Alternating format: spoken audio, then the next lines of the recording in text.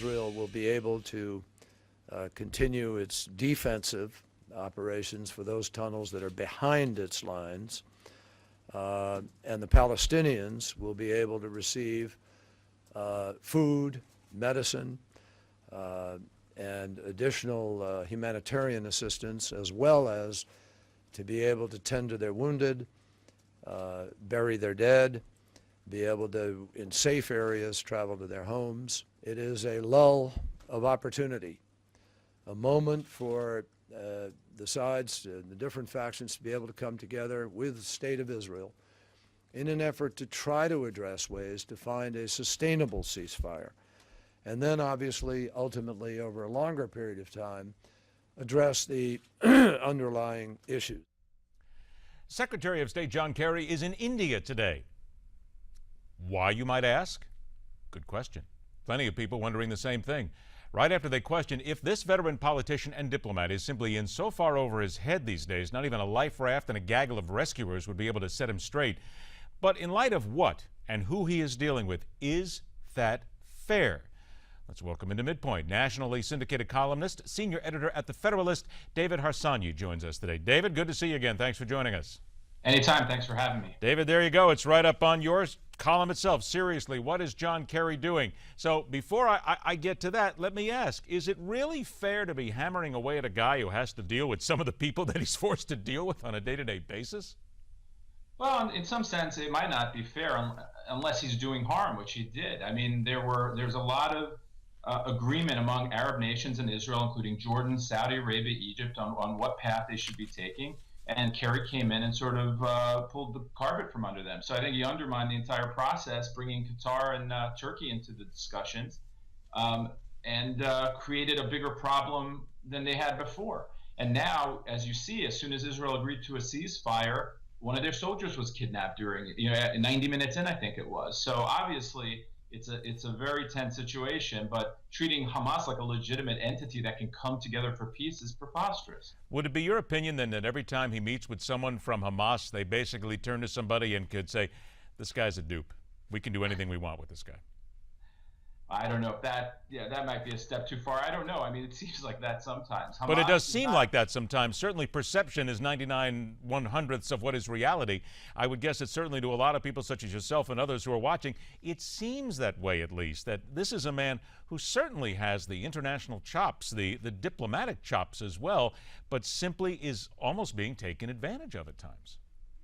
If he believes truly, then it seems that he does. Hamas is an entity that can be reasoned with in the ways that he's discussing. Then he's either incompetent or something worse. Now, I hope that he's incompetent, I'd say, but he's been a friend of Israel for a long time. But what he's doing now, and maybe it's just simply a reflection of how this administration views Israel, it is harming the situation. It seems, at least from this viewpoint, that's the perception, I think.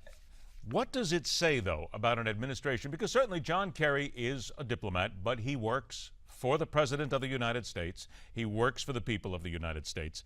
What does it say to you, then, when you see this gentleman ignoring the Egyptian-led ceasefire and basically handing Hamas a document that says you are the legitimate authority in the Gaza Strip? More than that, yeah, and also protects, essentially opens it up for charitable help as well, but also allows them to rearm and would have protected, it seems from that original document, their tunnel systems, which is the main concern of Israel right now. So what it tells me that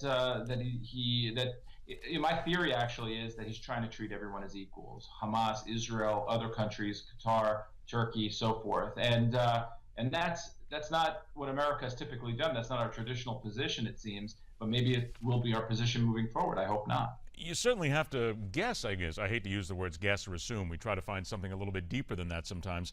But as I pointed out, he is still getting his marching orders from an administration. Is it your belief then and the belief of others that what he is pushing out here is simply exactly what the Obama administration wants? Or is he doing what he feels is in perhaps the quote-unquote best interests at the time to try and stop the fighting? Well, maybe both in a sense. Maybe they believe that's the best way to stop the fighting is to allow Hamas to be the legitimate bargaining partner with Israel, the Palestinian people in Gaza. But I mean, I don't think it's a secret that this administration has had a problem with Israel, certainly with the Netanyahu government in Israel, and has undermined them many times and has treated them poorly many times. I think America's best interests are in helping Israel, and people might agree. And I think this administration doesn't exactly see it that way, certainly compared to administrations before it. What would be your opinion on the long-term damage that John Kerry and or Barack Obama has done to U.S. relations with Israel to this point? I don't know how serious it is, considering that you have a new administration and that all changes. And we don't know what goes on behind the scenes. And I think America is still a great friend of Israel. The Iron Dome was provided, with funding from and technology from the United States. And I mean, we shouldn't overdo it. I think this administration has acted poorly with Israel on numerous occasions, but they're still no better friends. So hopefully not too damaging, I guess, is my answer. You said in your column, and I think it's worth repeating, one of your last lines, but maybe the United States doesn't want to take sides anymore. That's what I sense, from this administration quite often, is that they want to seem like they're arbiters between all powers and all nations, and they're, being fair to all people. Well, you don't need to be fair to Hamas. Hamas is a terrorist organization. According to the United States government, it has no legitimacy. I know they were elected democratically, but that doesn't make them a moral entity. And certainly since that time, they've eliminated basically all of the opposing political party in their area. So there's no reason for us to be fair. I think what we should be doing is allowing Israel to finish the job they've started. It's a tragic situation.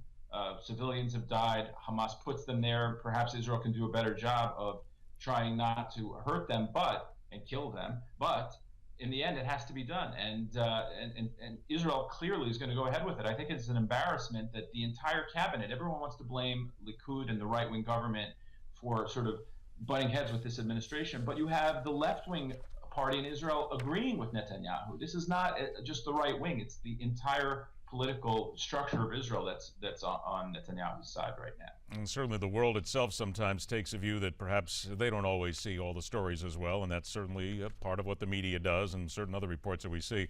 It is a mess, but your column is well done. Seriously, What is John Kerry Doing?